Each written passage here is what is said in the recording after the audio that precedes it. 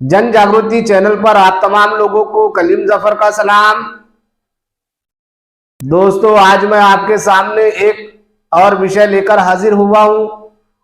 जन जागृति मंच पर आज का हमारा विषय है कि भारत देश में मुस्लिम समाज के लोगों पर क्यों होते हैं अन्य अत्याचार। वीडियो को अंत तक ध्यान से जरूर सुन लीजिएगा और जानिएगा कि क्यों होते हैं मुस्लिम समाज के लोगों पर भारत देश में अन्याय अत्याचार। दोस्तों, जब मैं मुस्लिम समाज के लोगों पर हो रहे अन्य अत्याचारों के बारे में सोचता हूं,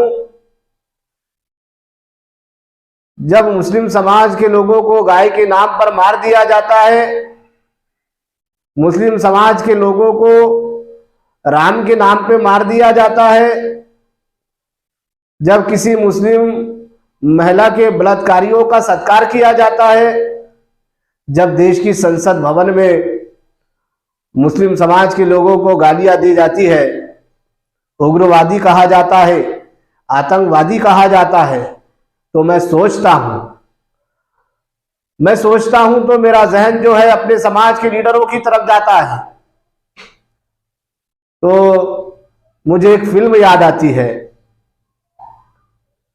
उस फिल्म का नाम है सूर्यवंशी। सूर्यवंशी फिल्म कैसी है, क्या है, यह अलग विषय है, मगर सूर्यवंशी फिल्म के अंदर एक बहुत अहम किरदार है कादर खान जी का, जो भारत देश के मुस्लिम समाज के लोगों को समझाने के लिए बहुत अहम है। दोस्तों, उस फिल्म के अंदर जब अमिताभ बच्चन बेसहारा हो जाते हैं, जब वो परेशानियों की हाल से गुजरते हैं, तो उन्हें सहारा देने का काम कादर खान करते हैं। कादर खान अमिताभ बच्चन जी को बस खरीद कर देते हैं।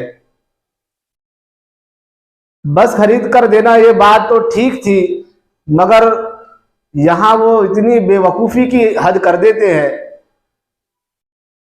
बस खरीद कर अमिताभ बच्चन को तो वो देते हैं, मगर उस बस के अंदर वो खुद ही कंडक्टर रह जाते हैं।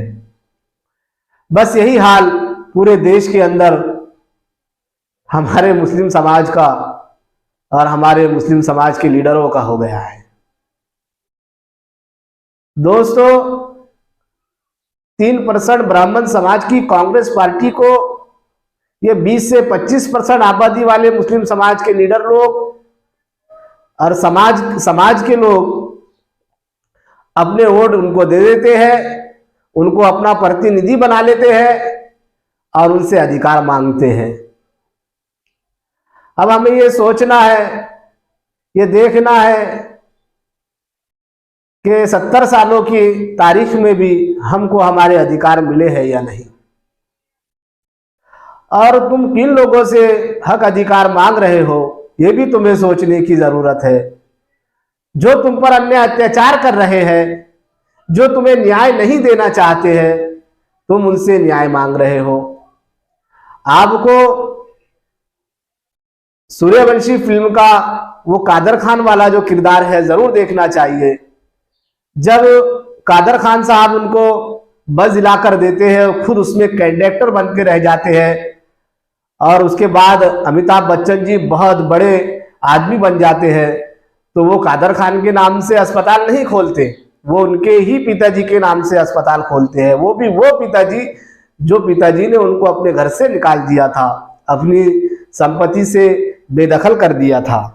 दोस्तों, हमें हमारी राजनीतिक समझ को बढ़ाना चाहिए, हमारी राजनीतिक ताकत को बढ़ाना चाहिए, और हमें समझ लेना चाहिए कि जो अन्याय अत्याचार है वो कमजोर लोगों पर होते हैं, सक्षम लोगों पर कभी भी अन्याय अत्याचार नहीं होते हैं। हमको ये बात मान लेना चाहिए कि हम राजनीतिक एतबार से इस देश में बहुत ही कमजोर हो चुके हैं, तो हमें हमारी राजनीतिक ताकत को बढ़ाना चाहिए और हमारी राजनीतिक समझ को बढ़ाना चाहिए। 3% ब्राह्मण समाज की पार्टी, 20-25% समाज के मुस्लिम समाज के लोग कांग्रेस पार्टी को वोट दे रहे हैं और उनसे न्याय मांग रहे हैं, मिलने वाला नहीं है।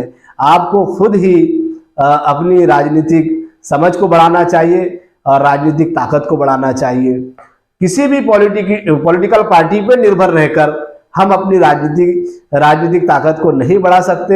हमें खुद ही हमारी एक पॉलिटिकल पार्टी निर्माण करना चाहिए जिसके अंदर सभी जाति धर्म के लोग आ सके, सभी जाति समाज के लोगों के लिए दरवाजा खुला रहे। ऐसी पॉलिटिकल पार्टी हमें बनाना चाहिए। जब आप राजनीतिक एतबार से मजबूत हो जाएंगे तो आप पर अन्य अत्याचार भी बंद हो जाएंगे, क्योंकि हमने देखा है जो शासक वर्ग के जो लोग रहते हैं उन पर कभी भी अन्य अत्याचार नहीं होते हैं।